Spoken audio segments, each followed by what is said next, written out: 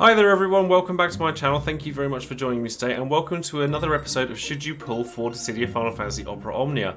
Now this episode, we're going to be talking about the very first burst and LD weapons to turn up in the global version of Opera Omnia, all involving Squall, and there's actually two banners that come along with him that will contain characters we've seen for quite a while, including a brand new EX Plus for Auron, and it will also feature characters like Steiner, Gilgamesh, Kate Sith, and Tifa. So if that's all stuff that you'd like to know more about, then of course stay tuned and keep on watching.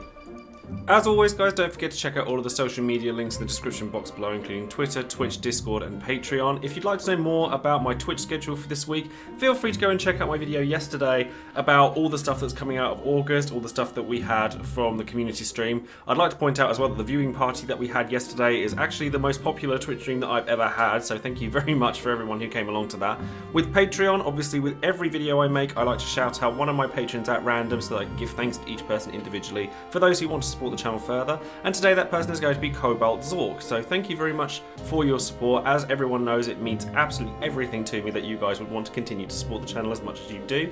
Don't forget to check out Dissidia or DissidiaDB.com, OO Tracker, I trip up on my words with all these websites, TomburyTroop.com, Dissidia Info, all sorts of great stuff that there is out there for resources for Opera Omnia, and of course don't forget to check out all of the other content creators besides myself.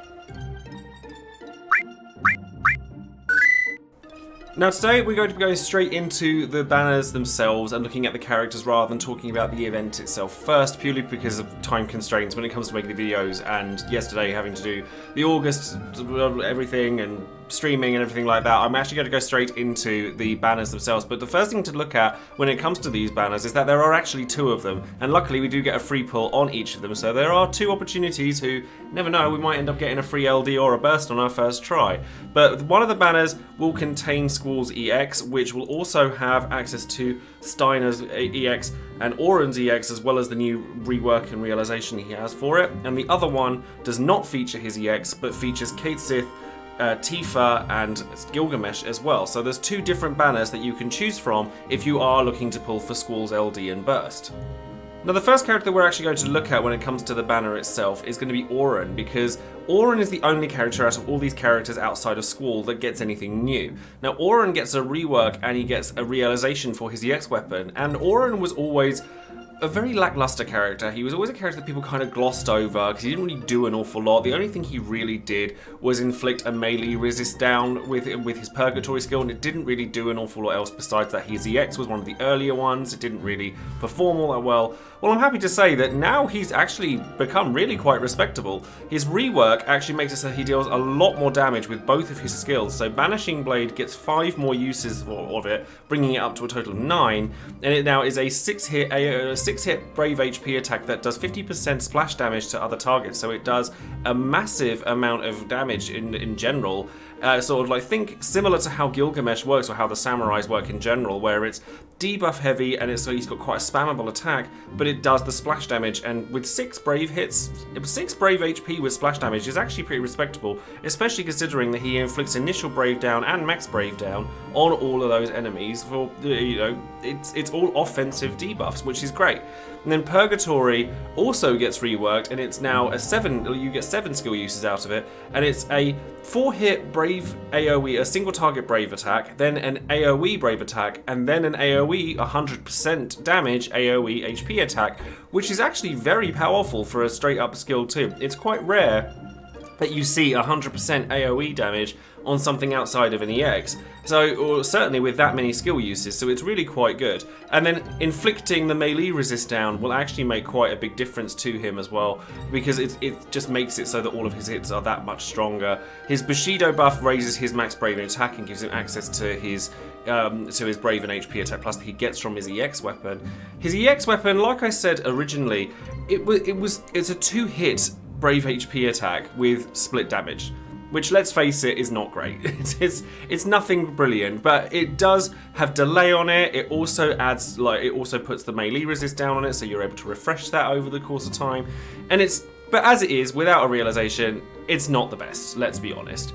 But once the realization actually comes in, you actually get quite a lot out of it. So Dragon Fang becomes a 2-hit AoE brave HP attack twice, which 4-hit AoE HP is still not fantastic, but it's certainly better.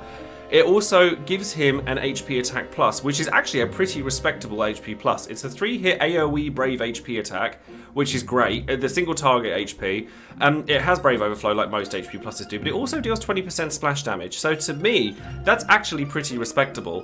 1 out of 3 gets some stats like most EX pluses do. 2 out of 3, it raises the recast speed of Dragonfang again.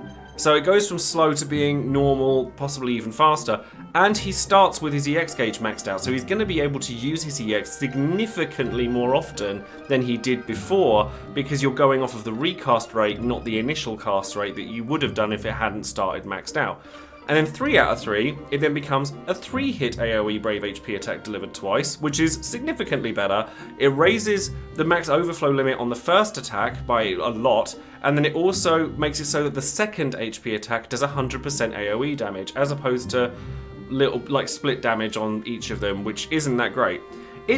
I still don't think Auron is like the best character out there, but he's definitely become significantly more respectable in terms of his damage output, bringing the melee resist down, because imperiling a attack type rather than element obviously stacks up with that element resistance down. So you can use different strategies just by having Auron, and I like characters like that. So he's actually become certainly one of the stronger samurai characters that we have access to from this point, at least until we get more LDs come along that kind of push a lot of the EX characters out. But if you were to invest in Auron, it wouldn't be a mistake. Now sadly, looking at Squall, the first thing I wanted to point out is that it looks as though he doesn't get an early rework based on a rework that he gets in the JP version later down the line that maybe they could have brought in and it wouldn't have like completely broken him, because it would have given splash damage to solid barrel and it would have just increased his damage but even further, because Squall's entire gimmick, or the entire point of Squall as a character in Opera Omnia, is to deal damage, and to deal a lot of it. And being the first character to have access to limited and burst weapons, he's going to just do a lot more of it. So Rough Divide, which is an attack that people are very, very well aware of for those of you who are fans of Final Fantasy VIII, is an 8-hit AoE melee Brave HP attack, so single target HP, that deals 80% splash damage to other targets, so that's a lot of splash damage right there.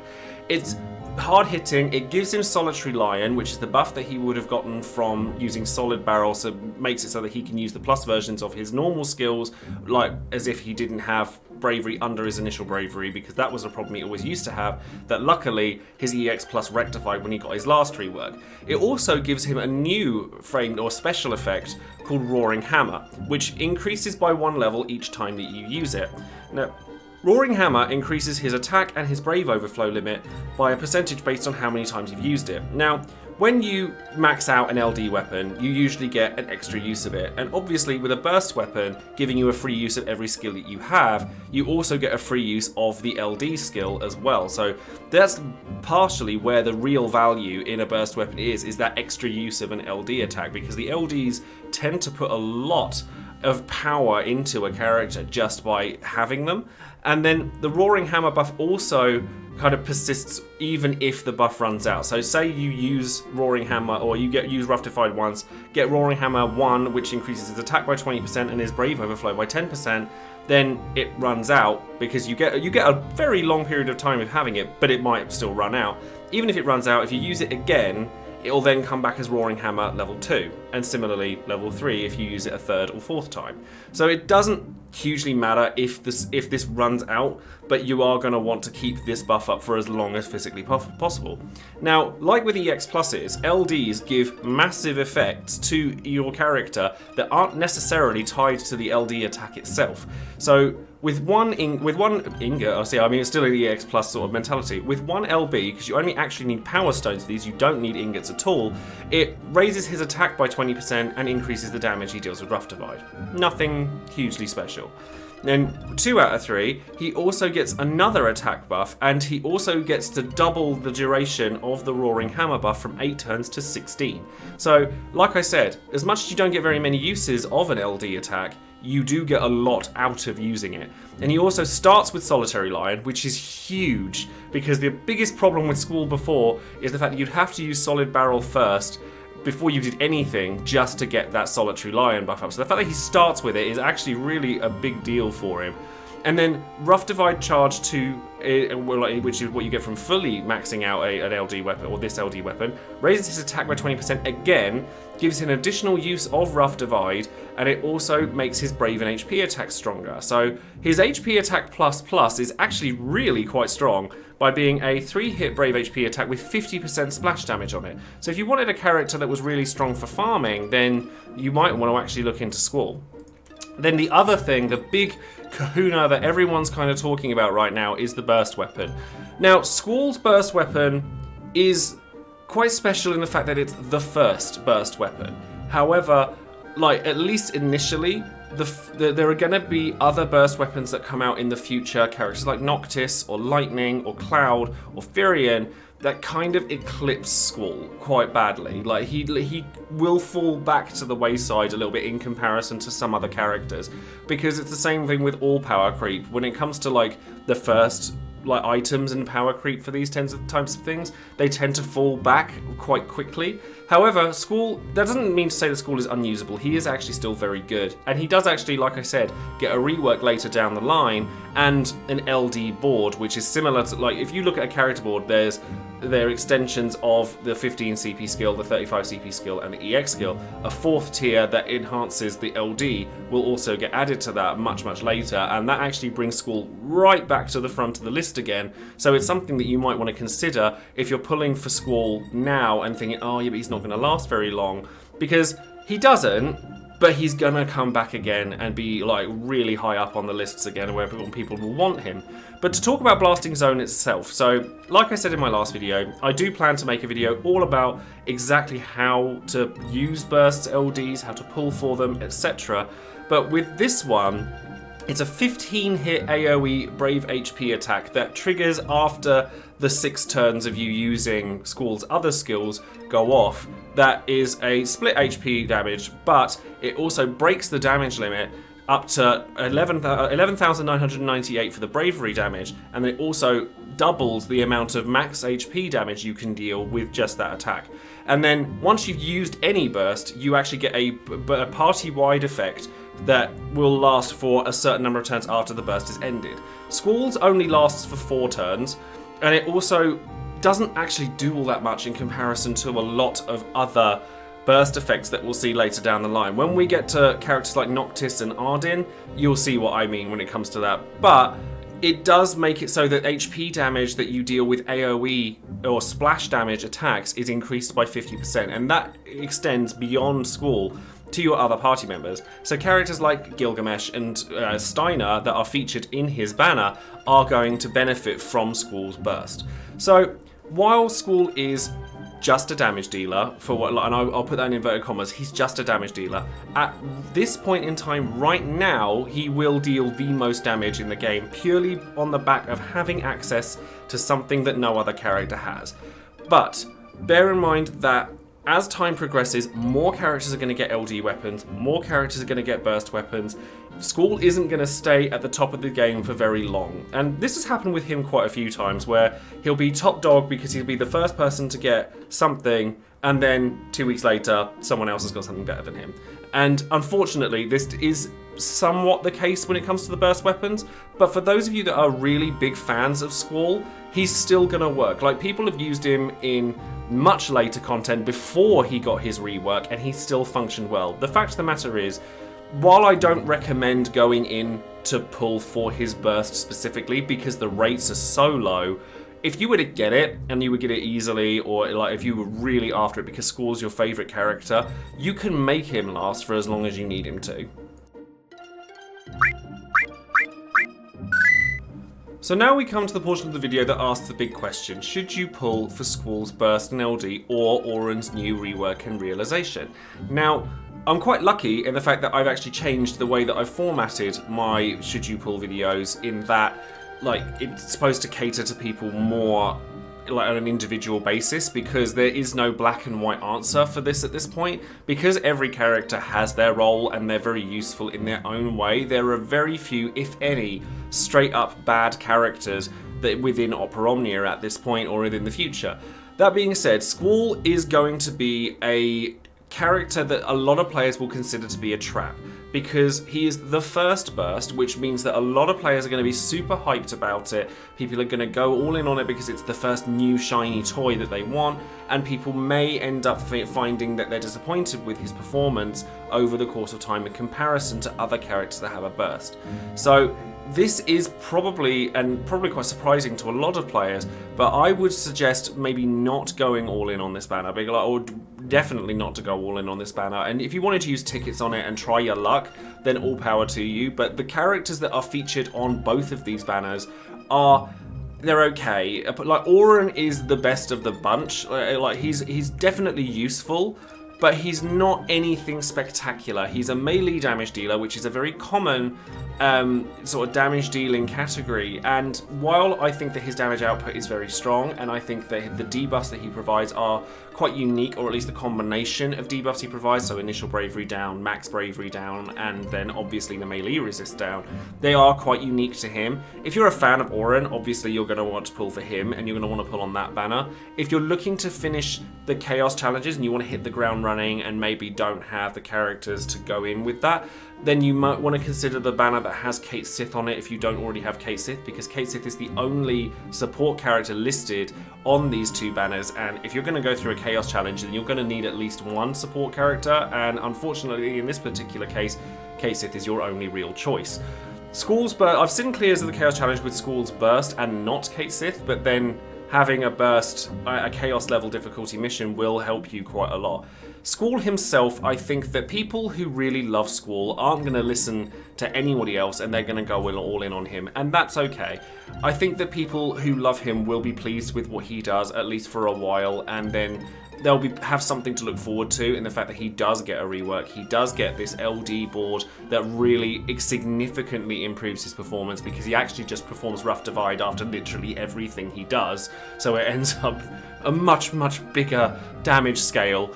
But for the time being, I think that he is okay. Like, he's good because he has something that no other character has, and therefore it's exciting. So I don't blame people for wanting to go all in on Squall.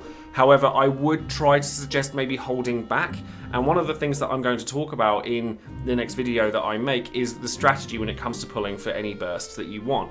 Because pulling for an LD and then stopping before you get to a burst is, like, it's fine. Pulling a burst without an LD is a lot less fine, because one of the big bonuses you get by having a burst, as I said earlier, is that extra use of the LD, because there's no other way to get an extra use out of it through like free skills or skill refunding or anything like that. That doesn't happen with LDs. The only real way to do that is to get that extra cast during a burst. So to not have the LD at all makes a burst significantly less powerful. So honestly, if you are going to pull for Squall and you get the LD relatively early, I would probably stop there, because the other thing to bear in mind is that bursts, at least with Squall or with every burst, bursts are featured across multiple banners. So we're going to have Garland's LD, and then we're going to have a Mid-Italians event as well. So if you wanted to pull for Squall's burst, you could either wait until you start accumulating burst tokens by finishing chaos challenges, or you could try and pull for it on a Mid-Italians banner while you're trying to get a Mid-Italians LD, and then you could consider your options. As I said in the video yesterday, it's not quite as easy as should you pull on this one banner. It's a case of should you pull on this weapon at this point, or should you pull on it at the next banner, or should you not pull on it at all.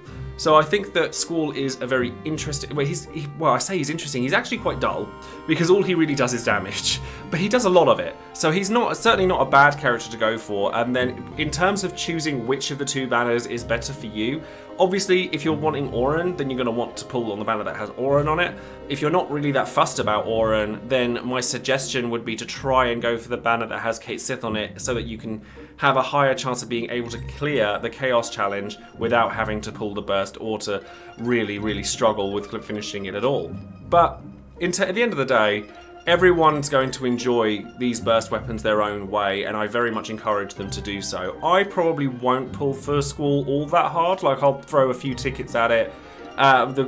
Probably the banner that has Kate Sith on it, because I don't have Kate Sith.